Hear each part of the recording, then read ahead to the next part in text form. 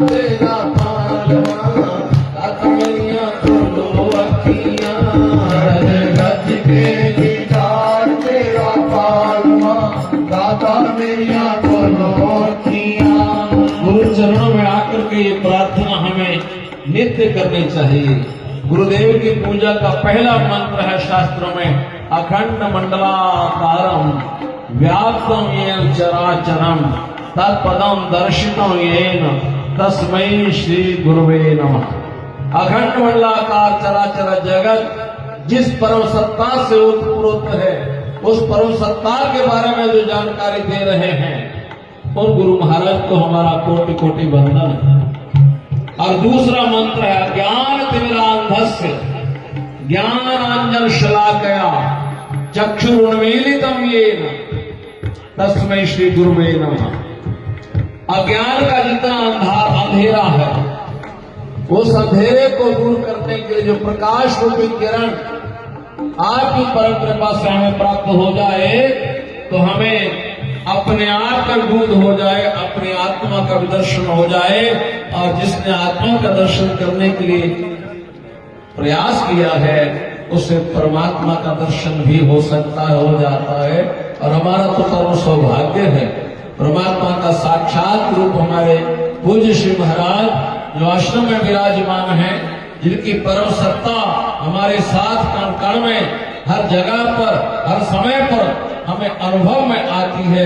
ऐसे श्री गुरु महाराज जी की पावन कृपा प्राप्त करने के लिए हमारे पास उनके द्वारा दिया हुआ गुरु मंत्र ही परम सहायक है, परम संपत्ति है। उस मंत्र का जितना जाप करेंगे, उसी से हमारे नेत्रों का सारा अंधकार दूर हो जाएगा, नेत्रों की मैल दूर हो जाएगी और दिव्य प्रकाश हमें दिखाई देगा। उसी भाव को हम यहाँ पर गुरु चरणों निवेदन कर रहे हैं। कवियों ने लिखा है प्रभु मंजूर करते हैं दुआ जब दिल से होती है। बोले जय श्री राधे। जय श्री राधे। फिर कहिए जय श्री राधे। एक बार फिर कहिए जय श्री राधे। आप बहुत अच्छा बोलते, कह दीजिए जय श्री राधे। आज एक बार फिर कहिए जय श्री राधे। परोपकाराय सताम विभूतयः। पूज्य श्री महाराज जी ने हमारे कल्याण के लिए जो सूत्र हमें दिया है, दुनिया परोपकार के सहारे पर चल रही है। और जिन्होंने परोपकार का लक्ष्य लेकर के अपने जीवन का एक एक क्षण प्रभु चरणों में परोपकार के लिए, ये परोपकार ही है कि अपना भजन भी वहां पर आकर के कर लेते हैं जहां उनकी संगत, उनकी भगत उनको बुला लेते हैं। और कई वर्षों से लगातार इस मंडल को भी सौभाग्य प्राप्त है कि यहाँ पूज्य श्री महाराज विराजमान होते हैं और होकर के ऐसे ऐसे दिव्य शब्द उनके मुखारविंद से निकलते हैं जो दिव्य रस है, परमात्मा का दिव्य प्रसाद है। उसके एक एक शब्द को सुन करके हमारा जीवन पवित्र हो जाता है। इन्हीं शब्दों के साथ उन श्री चरणों में हमारा कोटि कोटि वंदन। और आज हमें जो वाणी सुनने को मिलेगी परोपकाराय सताम विभूतयः, महापुरुषों की विभूतियां, महापुरुषों का ऐश्वर्य अपने लिए नहीं हुआ करता, वो परोपकार के लिए होता है।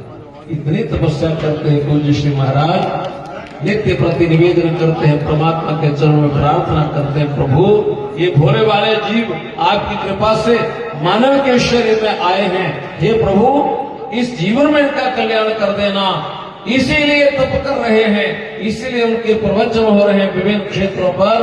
और कई वर्षों से लगातार यज्ञों के माध्यम से 1905 से जो आश्रम लगातार संस्कृत के लिए, संस्कृति के लिए, वेदों के लिए लगातार प्रयासरत है, ऐसे आश्रम में परोपकार के लिए जिस प्रकार के आयोजन दिए जाते हैं, किए जाते हैं और बनाए जाते हैं, समझाए जाते हैं, बताए जाते हैं, सुनाए जाते हैं, ऐसे श्री चरणों में हमारा कोटि कोटि वंदन है। वो हमें भी परोपकार के रास्ते पर चलने के लिए अपनी शुक्रवा प्रदान करें। इन शब्दों के साथ राधे राधे गोविंद गोविंद राधे श्री राधे राधे गोविंद गोविंद राधे राधे राधे गोविंद गोविंद राधे श्री राधे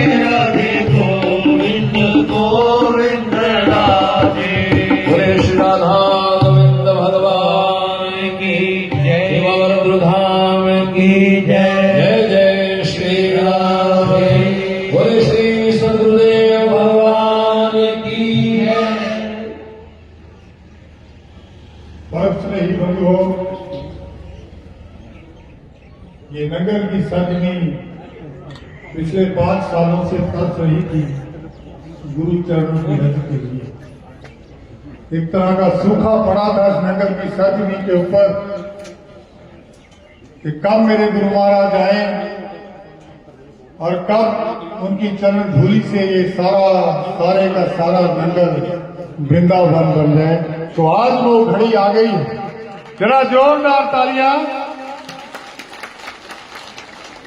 मेरा आप सबसे बार बार यही अनुरोध है कि जो इधर हमारी कैसेट चल रही है, सीडी चल रही है, इसको देखना मत भूलिए। ये वो भावुक क्षण है जो आपको डेरे की परंपराओं से जोड़ेंगे, डेरे की मर्यादाओं से जोड़ेंगे। किस तरह वहां पर उत्तराधिकारी का चयन होता है और कैसे कैसे शिक्षाएं दीक्षाएं दी जाती हैं, ये सब इन सीरीज में शिखा का क्या महत्व है और रुंड होने का क्या महत्व है, ये सब कुछ इसमें दर्शाया गया है। पुराना आश्रम भी दर्शाया गया है और जो नया आश्रम बना है वो भी दर्शाया गया है। आपकी निगाहें कोई मिस ना हो जाए, ये इसलिए आपको दर्शाया गया है कि आप सब ये नहीं जानते होंगे कि जब मेरे गुरु महाराज ने उत्तराधिकारी के रूप में पद ग्रहण बाहर किया तो कोई आयु बहुत ज्यादा नहीं थी और किस तरह से बड़ी खूबी के साथ, बड़ी सुंदरता के साथ जिस तरह आश्रम को ये आगे लेके चल रहे हैं। आप देखो जाकर डेरा बाबा रुद्रानंद धाम में कि जो धुएं का स्वरूप था, बाहर स्वरूप कैसे वो चमचमा रहा है। रात को तो वो वृंदावन से कम नहीं लगता। इसी तरह लंगर हाल का देखिए आप, कायाकल्प हो चुका है। इसी तरह डेरा बाबा मलहड़ में सब ऋषियों की स्थापना हो चुकी है। हरिद्वार का कायाकल्प हो चुका है। तो ये जब से मेरे गुरु महाराज उत्तराधिकारी इन्होंने मोर्चा संभाला है, तब से एक लहर बहर आ गई हुई है। तभी तो बाद में आपको सुनाएंगे कि मेरे सतगुरां दा चिमटा जिथे बजिया। 2 लाइनें बोलता हूं। मेरे सतगुरां दा चिमटा, मेरे सतगुरां दा चिमटा जिथे बजिया, मेरे सतगुरां दा चिमटा जिथे बजिया, मेरा हो गया जिथे जिथे बजिया, मेरा हो गया जिथे जिथे बजिया, मेरे की जय। धन्यवाद। बाबा रुद्रानंद धाम की जय, ब्रह्मचारी महाराज की जय। ओम अखंड मंडलाकारं व्यापतं येन चराचरं तत्पदं दर्शितं येन तस्मै श्री गुरुवे नमः। गुरुर्ब्रह्मा गुरुर्विष्णु गुरुर्देवो महेश्वरः गुरु साक्षात् परब्रह्म तस्मै श्री गुरुवे नमः। बोलिए अमर योगी बाबा रुद्रानंद महाराज की जय श्री अच्युतानंद महाराज की जय अखंड धोने की जय श्री लक्ष्मी नारायण भगवान की जय श्री बांके बिहारी लाल की जय। जय जय श्री राधे। डेरा बाबा रुद्र धाम के युवा उत्तराधिकारी महाराज जी का रूप, महाराज जी का स्वरूप, उन्हीं के गुण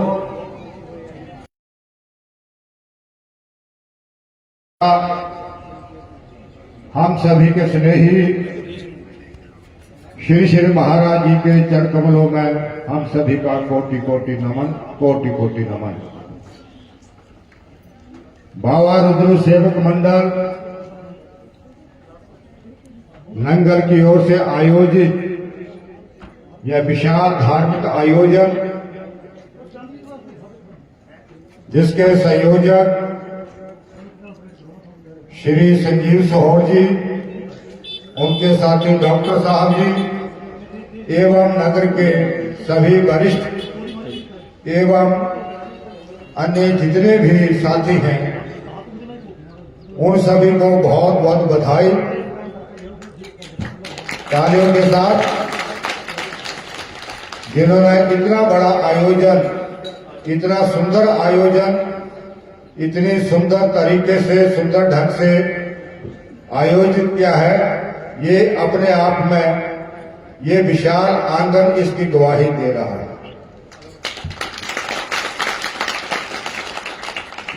महाराज जी ने ऐसी व्यवस्था बनाई हुई है, ये केवल नंगल में ही नहीं, हमारे उत्तर भारत के विशेष करके जिला कांगड़ा एवं जिला ऊना, जो हमारे डेरा के साथ लगते विशेष ये दो जिले हैं, इन जिले के जितने भी गांव हैं, उन गांव की सुविधा के लिए जगह जगह पर ऐसे ही मंडल महाराज जी ने बनाए हुए थे। इसलिए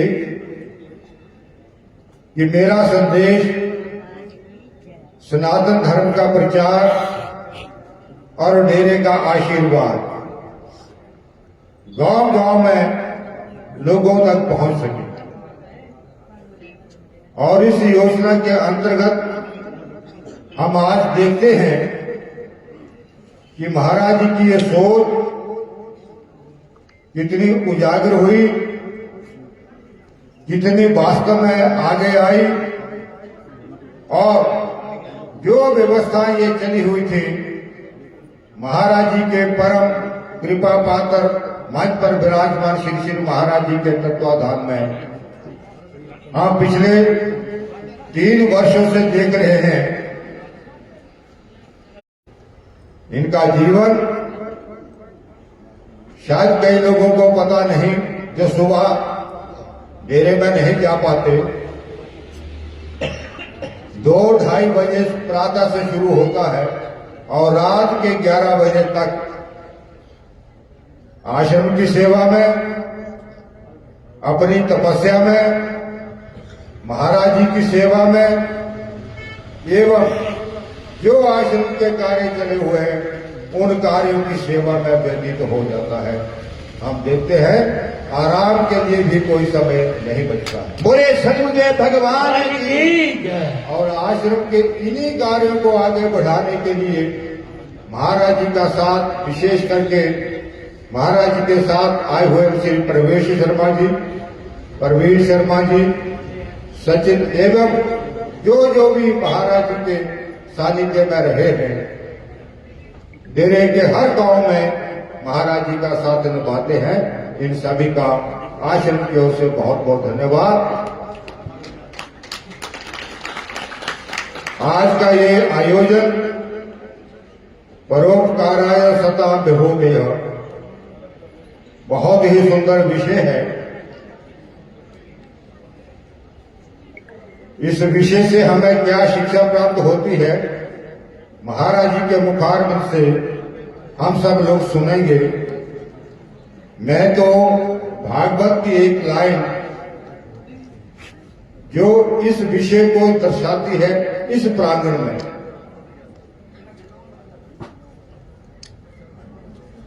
कि सत्संग के लिए आना, सत्संग में आकर के बैठना, ये आंगन, ये प्रांगण विशेष करके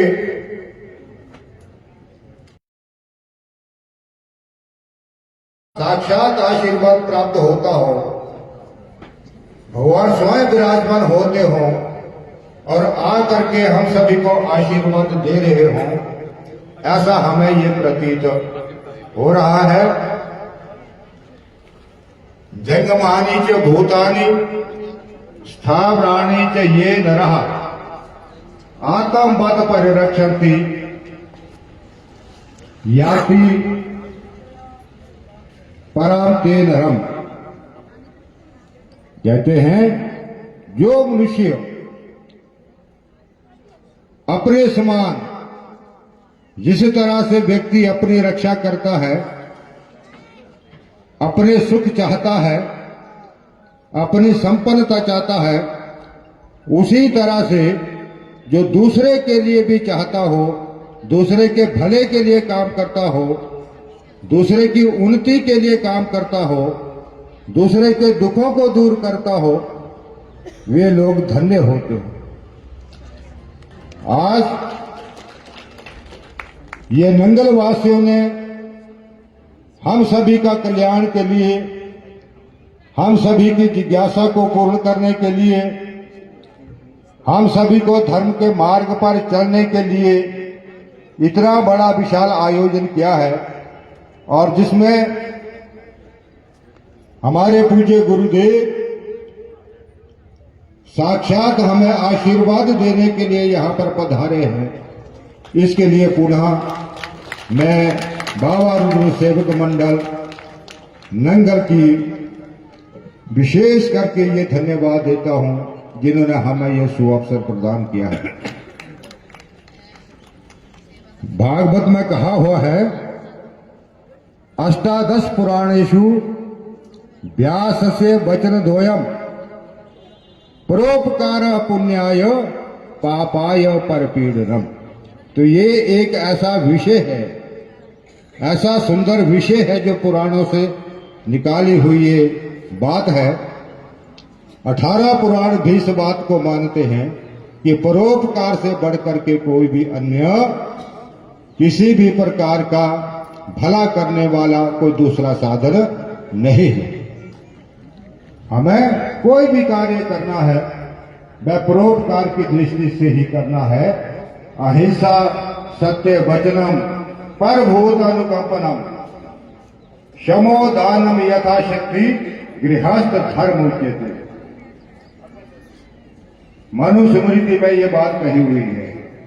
परभूत अनुकंपनम, परोपकार की ही ये बात है कि सबसे बड़ा कल्याण करने का जो मार्ग है, जो तपस्या है, वो परभूत अनुकंपनम, दूसरे का परोपकार करना ही है। दूसरे के दुख को दूर करना है, यथासंभव दुखी आदमी की सहायता करनी है। सामने वाला चाहे क्रोध क्यों ही ना करे, चाहे हमें बुरा क्यों ना कहे, लेकिन हमें क्या करना है, उसके साथ उपकार की भावना से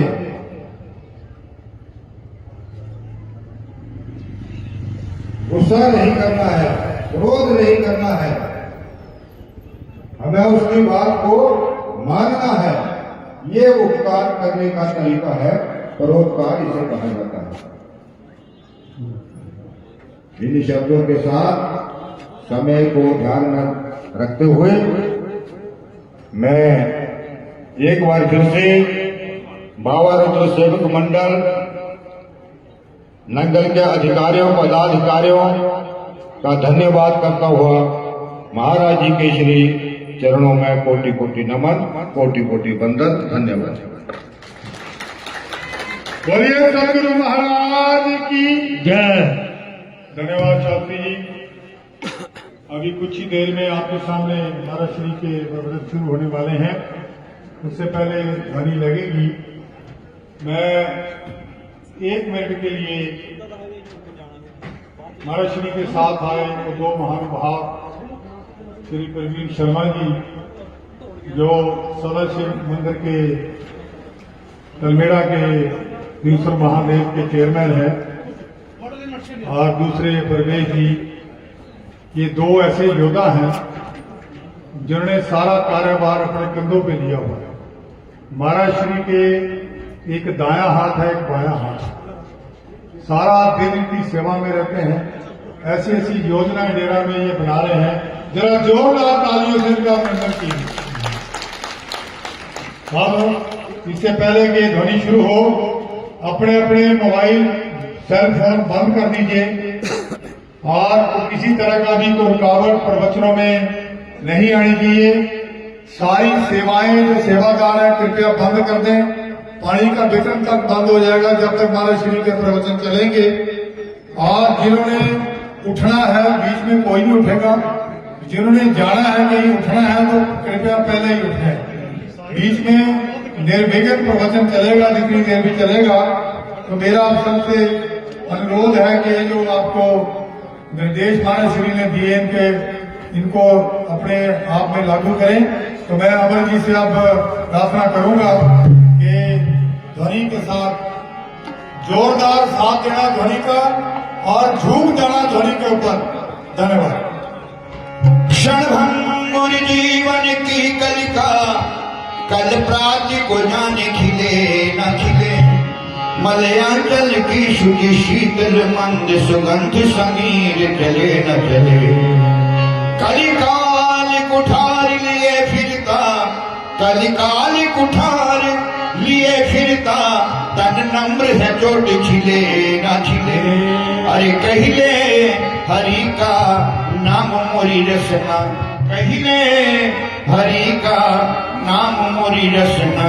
अंत समय तू हिले न हिले। गोविंदा गोपाला मुरली मनोहर नंदलाला। गोविंदा गोपाला। सभी गाइएगा, दोनों हाथों की ताली की सेवा भी अवश्य करिए। गोविंदा गोपाला मुरली मनोहर नंदलाला। गोविंदा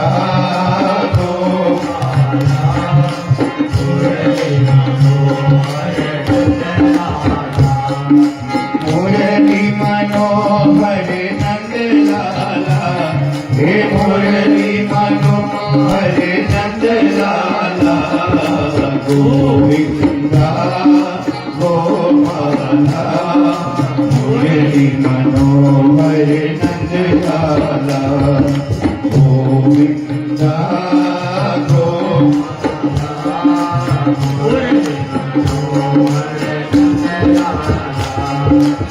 बार बार उसने भक्तों को इम्तिहान में डाला। ओ बार उसने भक्तों को इम्तिहान में डाला। ओ पर्वत से प्रहलाद को देखो गेंद की तरह उछाला।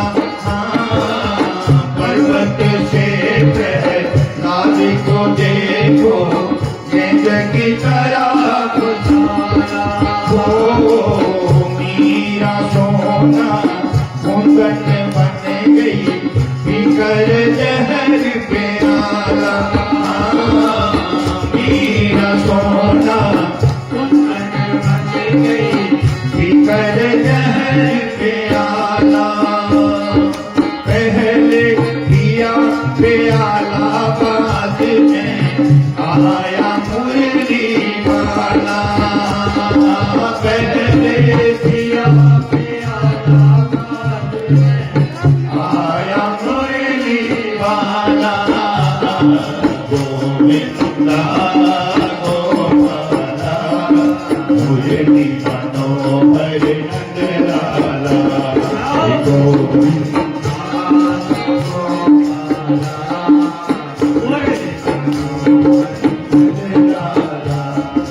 जय गोविंद जय गोविंद जय गोविंद जय गोविंद जय गोविंद जय गोविंद जय गोविंद जय गोविंद। एक मिनट के लिए हाथ उठा करके पीछे तक जितने भी खड़े हैं बैठे हाथ उठा करके ध्वनि में शामिल हो जाइए। जय गोविंद जय गोविंद जय गोविंद जय गोविंद जय गोविंद जय गोविंद जय गोविंद। जय गोविंद जय गोविंद जय गोविंद जय गोविंद जय गोविंद।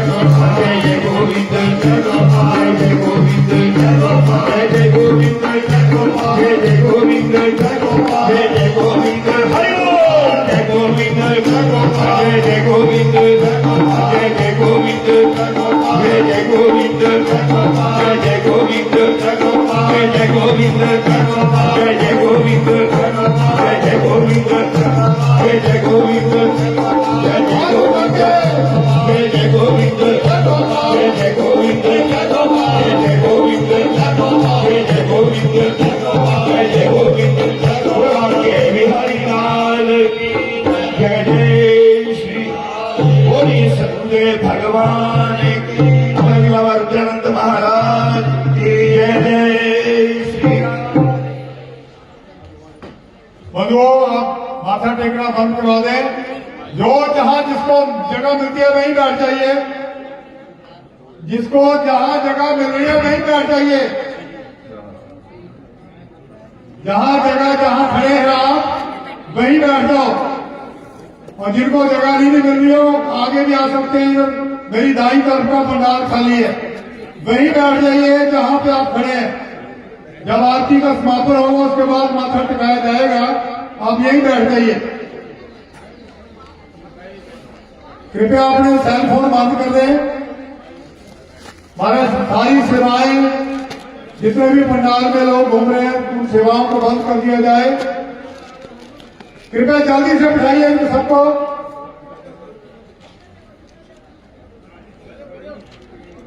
और चले अपने गुरु महाराज की ओर।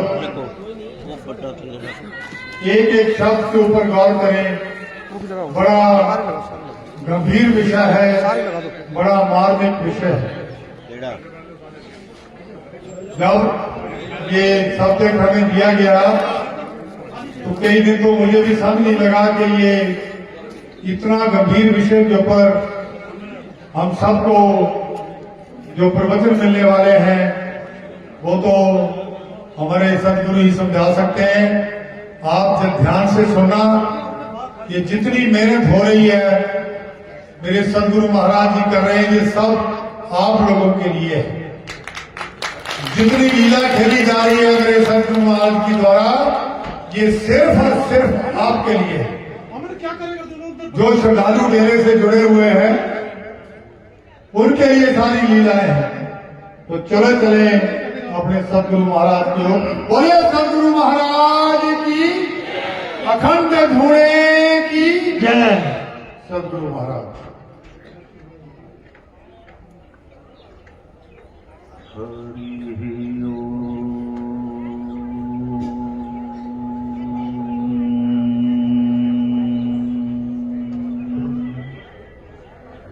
श्री गणेशाय नमः।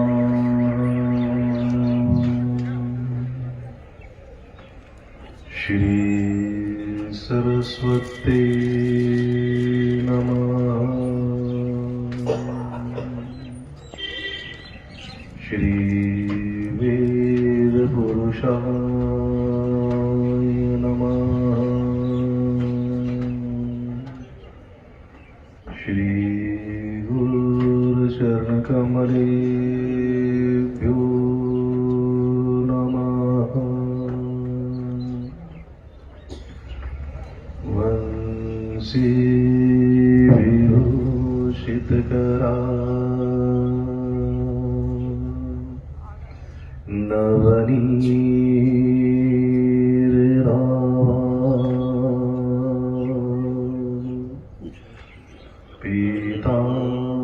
पीतांबरा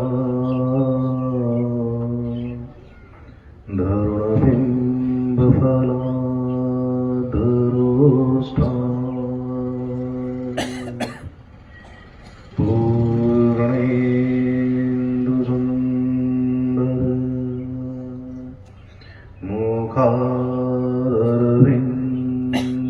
मुखारविन्दनेत्रा कृष्णात् परं किमपि तत्त्वं न जाने। नमो स्मरन्ताय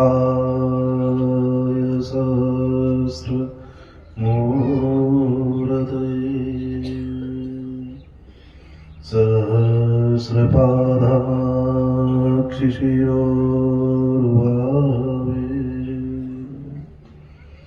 सहस्रनाम्ने पुरुषाय शाश्वते सहस्रकोटि युगधारिणे नमः। करारविन्देन पदारविन्दम् मुखारविन्दे विनिवेशयन्तम् बटस्य पत्रस्य पुटे शयनम् बालं मुकुन्दं मनसा स्मरामि। यस्याङ्के च विभाति बोधरसुधा देवापगामस्तके बाले मालविरुर्धरे च गरम् यस्योरसि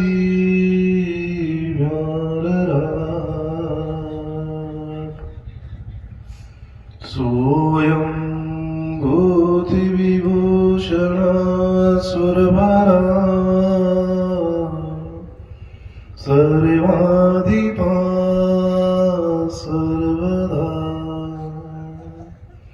सर्वा सर्वगता शिवा श्रीनिवा श्रीशङ्करा पातु माम्। गुरुर्ब्रह्मा गुरुर्विष्णु गुरुर्देवो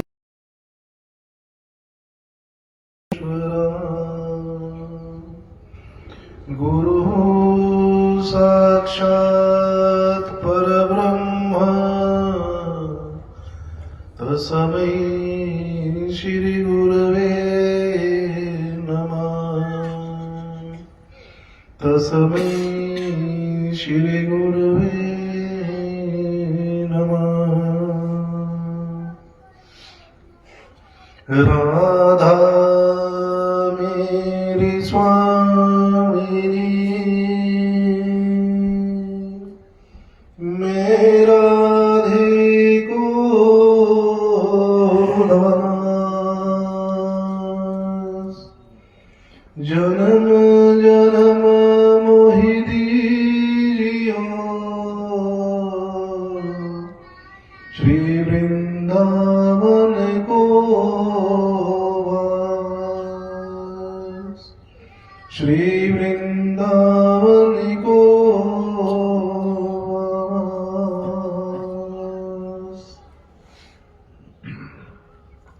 अनंत अनंत विभूषित प्रातः स्मरणीय परवंदनीय तपोनिष्ठ ब्रह्मवेता विद्यालंकार नाना स्थानाधीश हम सब के कर्णधार श्री श्री 1008 पूज्य श्री गुरु महाराज जी के पावन पवित्र निर्मल एवं सुंदर चरण कमलों में हम सभी का कोटि कोटि नमन। बोलिए सदगुरुदेव भगवान की।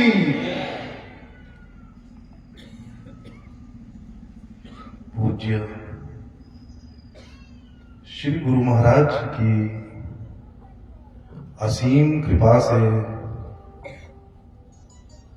उनके आशीर्वाद से श्री डेरा बाबा रुद्रानंद सेवक मंडल नंगल की तरफ से ये 2 दिवसीय विराट विशाल दिव्य धार्मिक आयोजन हो रहा है। पूज्य श्री गुरु महाराज जी की अपार कृपा उनका आशीर्वाद कि हम सब पूज्य श्री गुरु महाराज जी के बताए हुए मार्ग के ऊपर चल रहे हैं और उनके आदेशानुसार, उनके निर्देशानुसार हम सभी सनातन धर्म के लिए अपने आप को निशावर कर रहे हैं। बोले सत्य सनातन धर्म की। ये ऐसे विशाल आयोजन, विशाल धार्मिक सम्मेलन, ये केवल और केवल पूज्य श्री गुरु महाराज जी की कृपा से, उनकी आशीर्वाद से हो सकते हैं। इसमें हमारी कोई हिम्मत नहीं, हमारा कोई इसमें बस नहीं। यदि आज हम सभी इस नंगल प्रांगण में सनातन धर्म की ध्वजा फहराने के लिए एकत्रित हुए हैं, तो ये सारे का सारा श्रेय हमारे पूज्य श्री महाराज जी का है। बोलिए सदगुरुदेव भगवान की। अन्यथा हमारे में कुछ ऐसी बात नहीं है कि हम इस कलयुग में रहकर, कलयुग के दोषों से बचकर उस परम पिता परमात्मा के लिए, सनातन धर्म के लिए कुछ कर सके। यदि हम कुछ कर रहे हैं तो ये हमारे पूज्य श्री गुरु महाराज जी का ही आशीर्वाद हमारे ऊपर है। कर्ता करे न कर सके, कर्ता करे न कर सके, गुरु करे सब होए, तीन लोक नो खंड में गुरु से बड़ा न होए।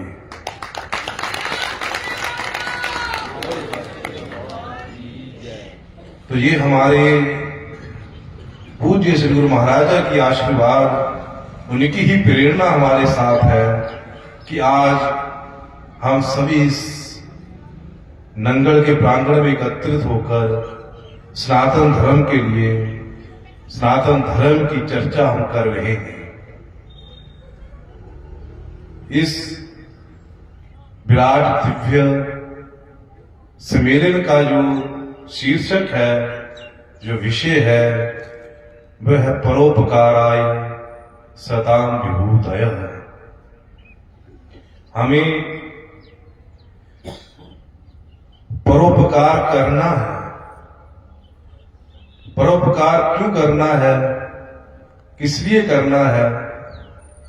तो इसके लिए शास्त्र कहते हैं, विषय बड़ा, अभी डॉक्टर शिवपाल जी ने कहा ये विषय बड़ा गंभीर है।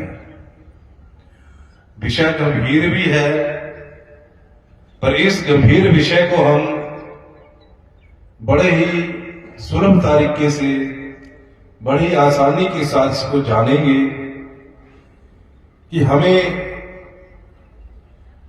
परोपकार की जो भावना है वो मन में कैसे लानी है। परोपकार क्यों हमारे लिए करना आवश्यक है। हमारे शास्त्रों में, हमारे वेदों में हमारे लिए अनेक प्रकार के धर्म बताए गए हैं। शास्त्र कहते हैं कि अशास्त्राणि गात्राणि विभो नैव शाश्वतम् नित्यं सन्निहितो मृत्यु कर्तव्यो धर्म संग्रह। शास्त्र कहते हैं कि अशास्त्राणि गात्राणि, ये मेरा शरीर है, ये सदा सदा के लिए यहां नहीं रहना है। इस शरीर ने एक दिन इस संसार को छोड़कर जाना है। किसी का भी शरीर हो, वो कभी सदा के लिए नहीं आया है। भीष्म पितामह एक ऐसे हैं जिनको इच्छा मृत्यु का वरदान था कि वो जब इच्छा चाहेंगे तब उनको मृत्यु आएगी, और जब तक वो नहीं चाहेंगे तब तक मृत्यु उनका स्पर्श नहीं कर सकती। तो वो चाहते तो कभी ना मरते, भीष्म पितामह चाहते तो कभी भी नहीं मरते, पर परमपिता परमात्मा ने ऐसी स्थिति पैदा कर दी, महाभारत का युद्ध करवा दिया, और उस युद्ध में बाणों की शैया पर भीष्म पितामह को लिटा दिया, और इतनी दर्द उनके शरीर में हो रहा था, ऐसी परिस्थिति पैदा कर दी उस परमपिता परमात्मा ने कि भीष्म पितामह को मृत्यु मांगनी पड़ी। क्योंकि ये प्रकृति का नियम है कि संसार में जो आया उसको जाना है। जातस्य ही दुर्भर मृत्युर दुर्भम जन्म मृतस्य से, जो इस संसार में आया है वो जाएगा, और जो जाएगा वो फिर लौटकर आएगा। ये नियम है इस प्रकृति का, इसलिए ये शरीर सदा नहीं रहेगा। और दूसरी बात, विभो ने शाश्वतम, मैंने जो अपने लिए, अपने परिवार के लिए, समाज के लिए मैंने जो ऐश्वर्य इकट्ठा किया है, जो धन कमाया है, जो जमीन जायदाद एकत्रित की है, वो भी सदा नहीं रहेगी, वो भी एक दिन चले जाएगी। चला प्राण चला लक्ष्मी चला चले ही श्रीरम निश्चला एको धर्म निश्चिता। ये प्राण सदा नहीं रहेंगे, जो मैंने धन दौलत इकट्ठी की है वो सदा नहीं रहेगी, सब एक दिन जाएगा। और नित्यम संहितो मृत्यु, मृत्यु का मुझे पता नहीं है कि कब आ जाएगी। हर समय मुझे इस बात का ध्यान रखना है कि मृत्यु हर समय मेरे पीछे लगी हुई है, न जाने कब मेरे श्वासों को वो खींच लेगी, अपने पास ले लेगी। मृत्यु हर समय हमें मृत्यु का ध्यान रखना है। इन तीन बातों का ध्यान रखते हुए कर्तव्यो धर्म संग्रह, मुझे धर्म का संग्रह करना है, धर्म एकत्रित करना है, मुझे धर्म को जोड़ना है, जो धर्म मेरे साथ जाएगा। पूज्य श्री गुरु महाराज जी की वाणी है कि श्रीरम आद्य खलु साधनम, श्रीरम आद्य खलु धर्म साधनम। ये जो मनुष्य का शरीर है ये केवल और केवल धर्म का साधन है। इस शरीर के द्वारा हम धर्म कर सकते हैं, और अन्य जितने भी शरीर हैं, जितनी भी योनियां हैं, उनके द्वारा हम कुछ कर्म नहीं कर सकते। वो सारे के सारे शरीर भोग योनियां हैं, वो अपने अपने भोग भोग रहे हैं। जो लोग प्रारब्धवश कुछ कर्म कर आए हैं, उन कर्मों का इस शरीर में आकर वो भोग भोगते हैं। पर मनुष्य एक ऐसा शरीर है, इस मनुष्य शरीर के द्वारा हम अपना प्रारब्ध भी भोग रहे हैं और नया कर्म भी कर रहे हैं। ये शरीर बड़ा दुर्लभ है, मनुष्य का शरीर मिलना। श्री रामचरितमानस में लिखा हुआ है कि नरतम समने कवनि हुते जीव चराचर जाचत ते नरक स्वर्ग अपवर्ग निसेनी ज्ञान विराग भक्ति शुभ देनी। कि नर तन सम नहीं कवनी हुते, कहते इस नर तन के समान और कोई भी देह नहीं है, और कोई भी शरीर ऐसा नहीं है इस नर तन के समान। इतना दुर्लभ है, इतना पवित्र ये शरीर है। जीव चराचर जातक देही, इस शरीर को स्थावर जंगम हर कोई चाहता है, देवी देवता चाहते हैं कि मुझे इस मनुष्य का शरीर मिले, और इस मनुष्य का शरीर पाकर मैं मृत्यु लोक में जाऊं और कुछ किसी का परोपकार करूं। कुछ धर्म का काम करूं, कुछ दान करूं, कुछ पुण्य करूं, भक्ति करूं, भजन करूं, इन बातों के लिए देवी देवता भी तरसते हैं कि नर तन सम नहीं कवनी उदेहि, जीव चराचर जात। कोई ऐसा नहीं है इस शरीर को ना चाहता, सब इस शरीर को चाहते हैं, क्योंकि इस शरीर के द्वारा नरक स्वर्ग अपवर्ग निषेध। ये शरीर एक सीढ़ी है, जिस सीढ़ी के द्वारा हम ऊपर की ओर जा सकते हैं।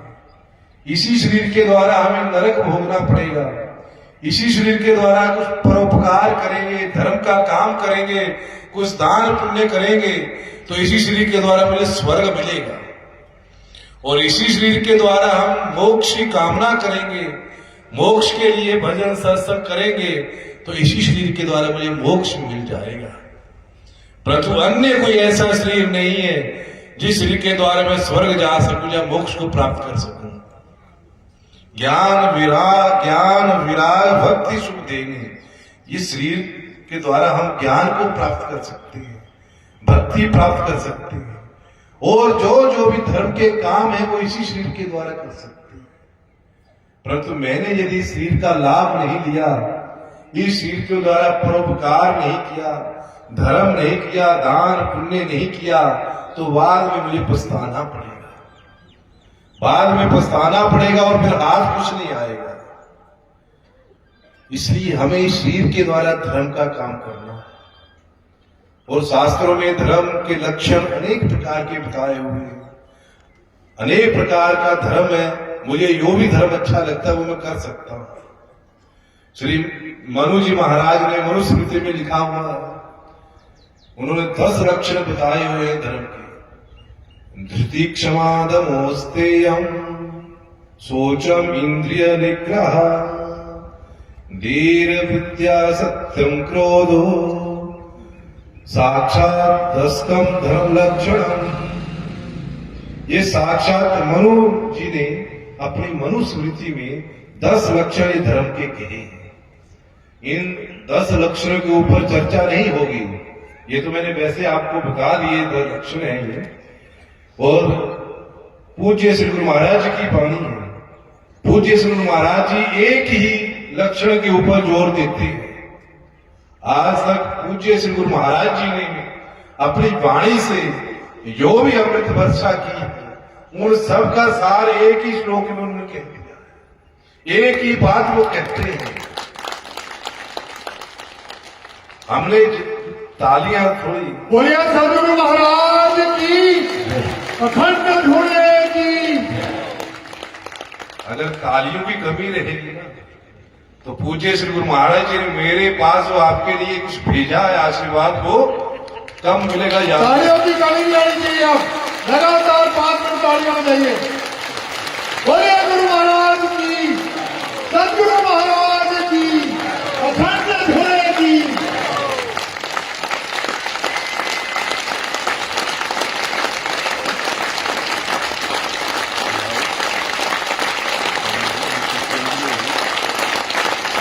जय जय श्री राधे।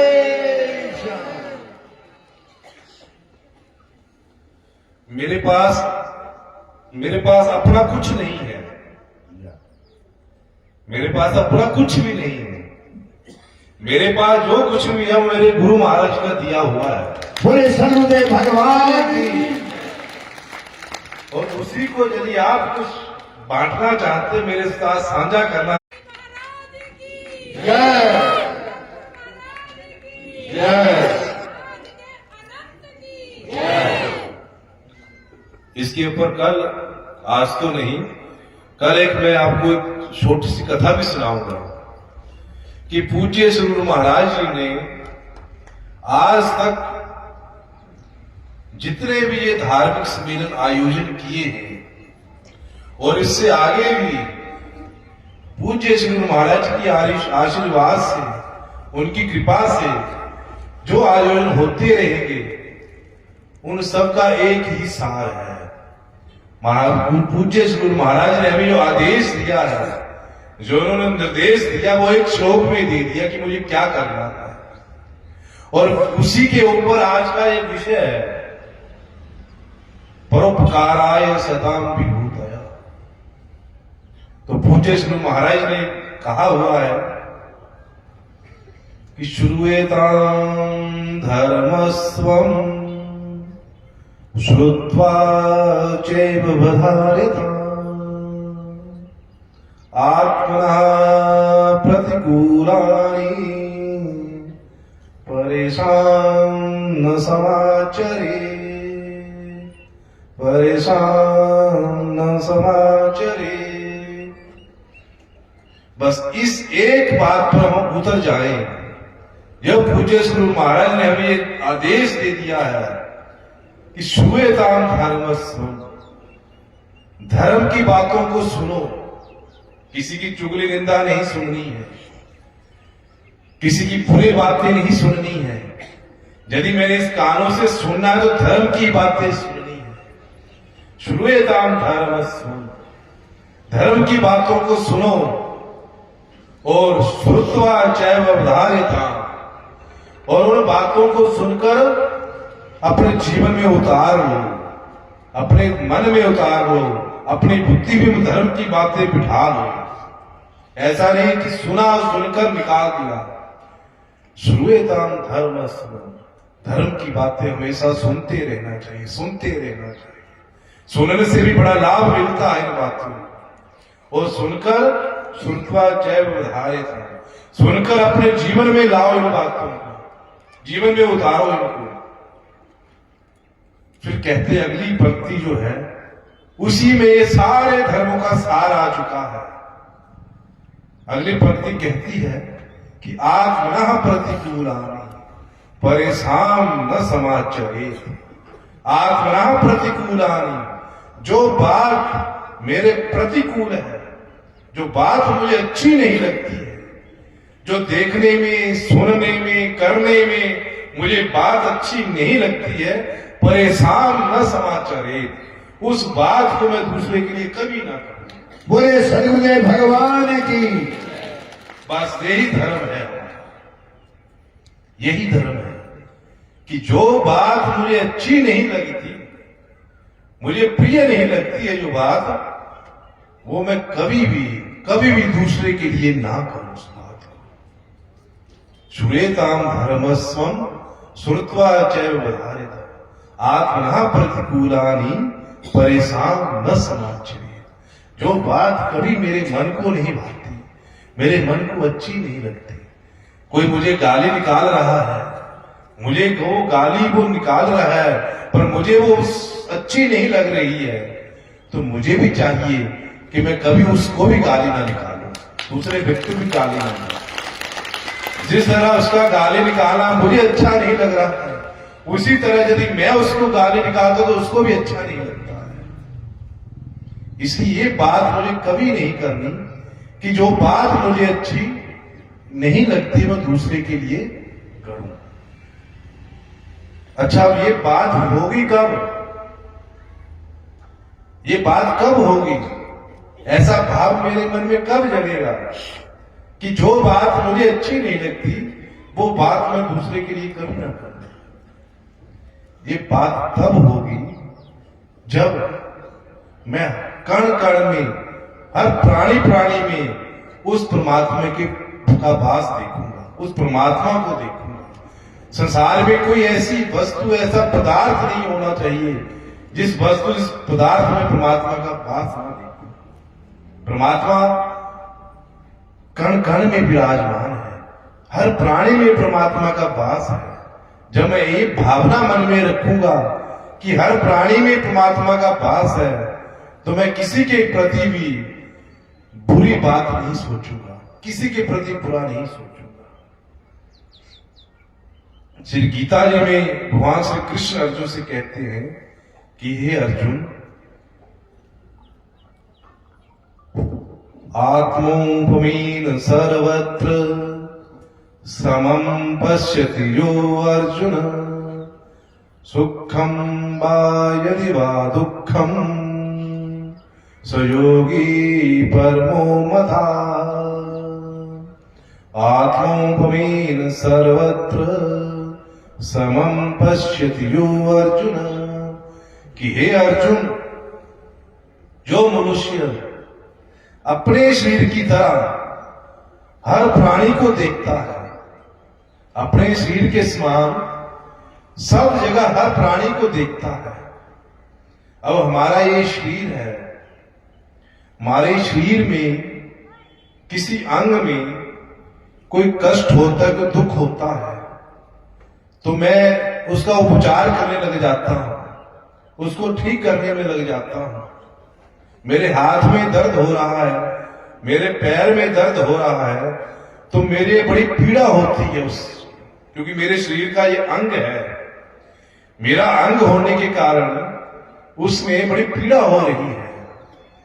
इसी प्रकार कहते हैं, जिस प्रकार हमारे शरीर के किसी अंग में पीड़ा होती है, तो पीड़ा हमारे सारे शरीर में हो जाती है। उसी प्रकार जब मैं किसी व्यक्ति को देखता हूं, उस व्यक्ति के शरीर में कोई पीड़ा हो रही है, उसको कोई दर्द हो रहा है और उसका दर्द अपना मान लेता हूं, तो मैं परोपकार की भावना से जाग जाता हूं, तब मेरे में परोपकार की भावना जाग जाती है। बोले सदगुरुदेव भगवान की। आत्मोपमेन सर्वत्र समम जो पश्यति अर्जुन, अपनी शरीर के समान ही वो सबको अपना जैसा समझता है और सबके दर्द कष्ट को अपना मानता है। और सुखम बा यदि बा दुखम, और सुख और दुख को भी समान मानता है। वो कहते योगी परमो मता, मेरे मत में वो परम योगी है, मेरे मत में परम योगी है, जो दूसरे के शरीर को अपने शरीर जैसा मानता है। बोले कृष्ण कन्हैया लाल की। सबसे पहले हमें अपने मन में ये भावना जगानी है, ये भाव अपने मन में लाना है कि ये सारा संसार उस ईश्वर से बना हुआ है। ईश्वर ही संसार बनकर आए हुए हैं। ईश्वर संसार के कण कण में है, हर जगह वो ईश्वर है।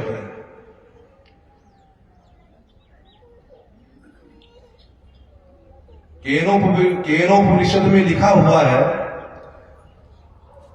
ईशावास्यमिदगुं सर्वं जगत्यां जगत् तेन त्यक्तेन भुञ्जिता मा गृहा कस्य स्विद्धनम्।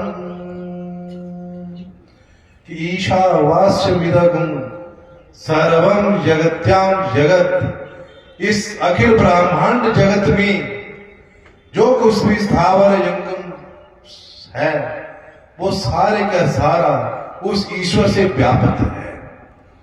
जितना भी जो कुछ भी ये सारे का सारा है, ईशावास्यमिदं, ये सारे का सारा उस परमात्मा से ही ओतप्रोत है। उस परमात्मा के सिवा कुछ भी नहीं है।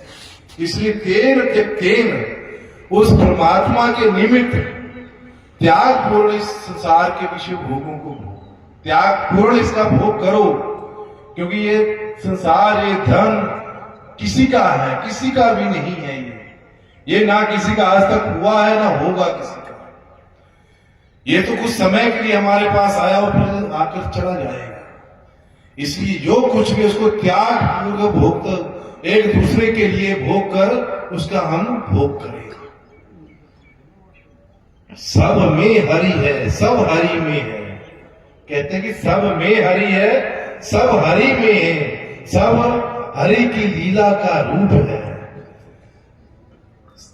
बनो सबके सेवक, सबके सुगध सुहृद हितैषी अनूप।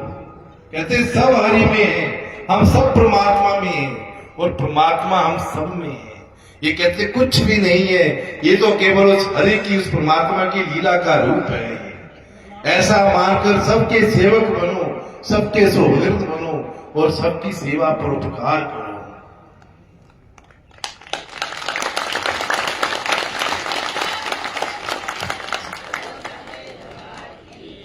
किसी ने और बात लिखी हुई है कि सब घट मेरा साइया सोनी सेज ना कोई, सब घट मेरा साइया सोनी सेज ना कोई, बाघट की बलिहारियां जागट वो परगट हुई। प्राणी प्राणी में परमात्मा का वास है, प्राणी प्राणी में परमात्मा।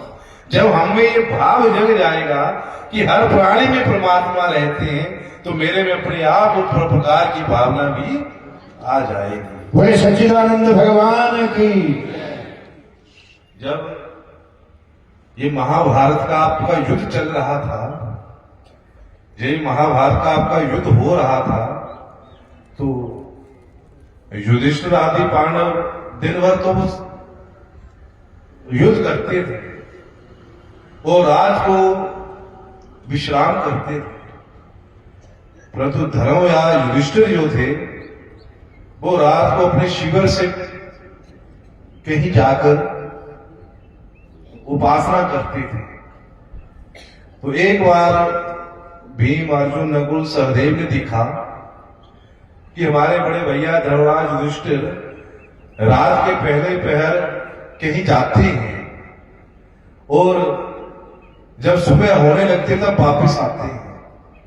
उन्होंने जब देखा तो उनको विस्मय हो गया कि कहां जाते हैं, सोचने लगे कि ये कहां जाते होंगे रात को।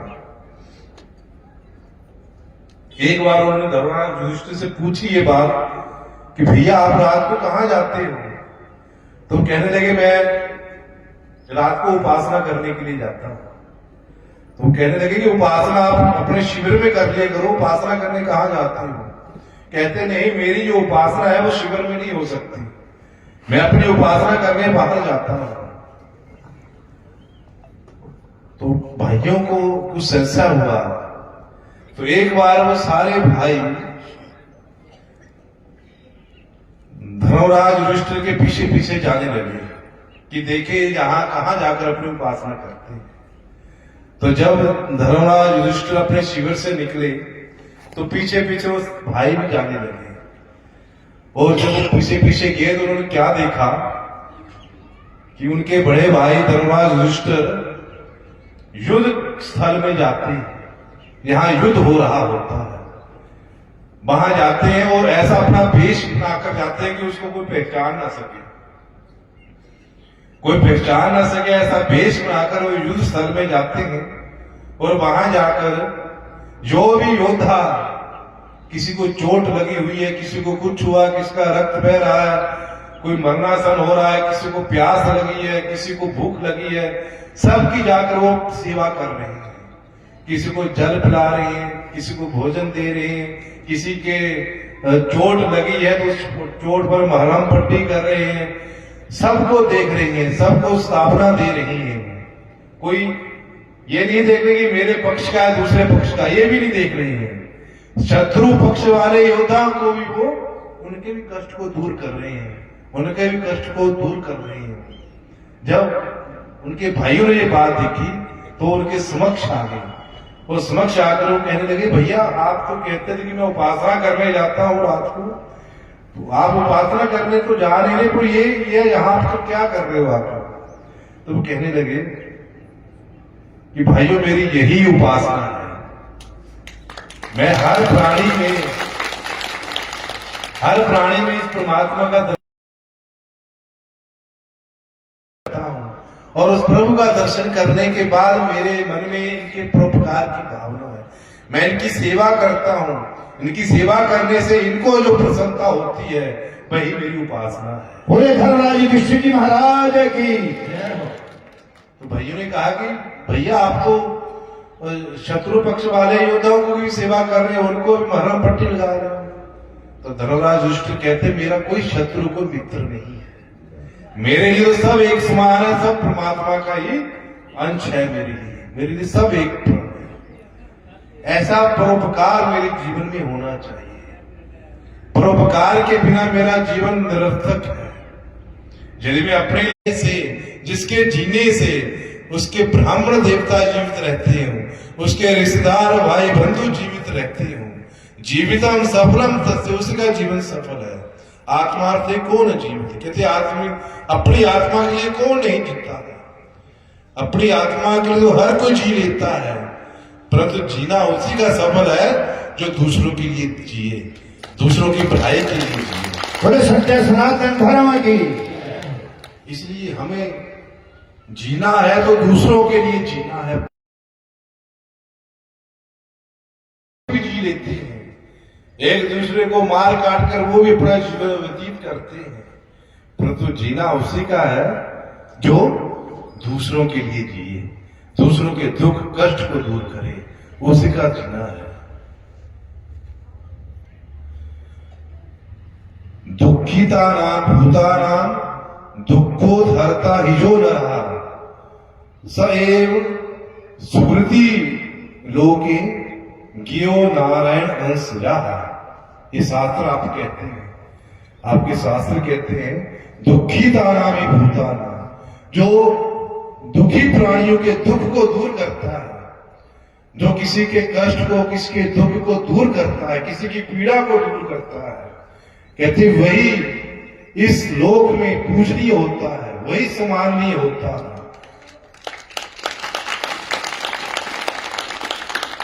और शास्त्र कहते हैं कि जो ऐसा व्यक्ति है जिसकी मन में ऐसी भावना आ जाती है, जो अपने ऐसे भाव बना लेता है कि मेरा जीवन जो है वह दूसरों के लिए है, सर्वभूत हिते रिता, मैं दूसरों के लिए जीऊंगा, दूसरे की सेवा दूसरे के परोपकार में रत रहूंगा, जो इस प्रकार का अपना जीवन बना लेता है, कहते हैं उस व्यक्ति को समझ लेना चाहिए कि वो साक्षात उस परमात्मा का ही अवतार इस दुनिया में आया है।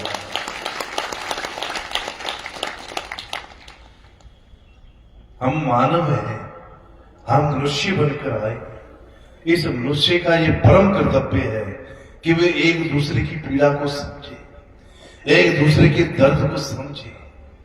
ये भावना पशु पक्षियों में भी होती है, हम तो मानव होकर अपनी ऐसी भावना नहीं बना पाते हैं।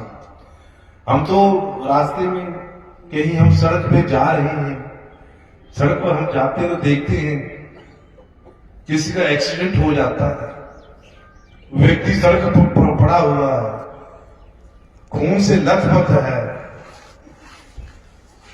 हमारा ये कर्तव्य बनता है कि यदि ऐसी बात कुछ है, हम उस व्यक्ति को उठाएं, हॉस्पिटल ले जाएं, कुछ मरहम पट्टी कराएं।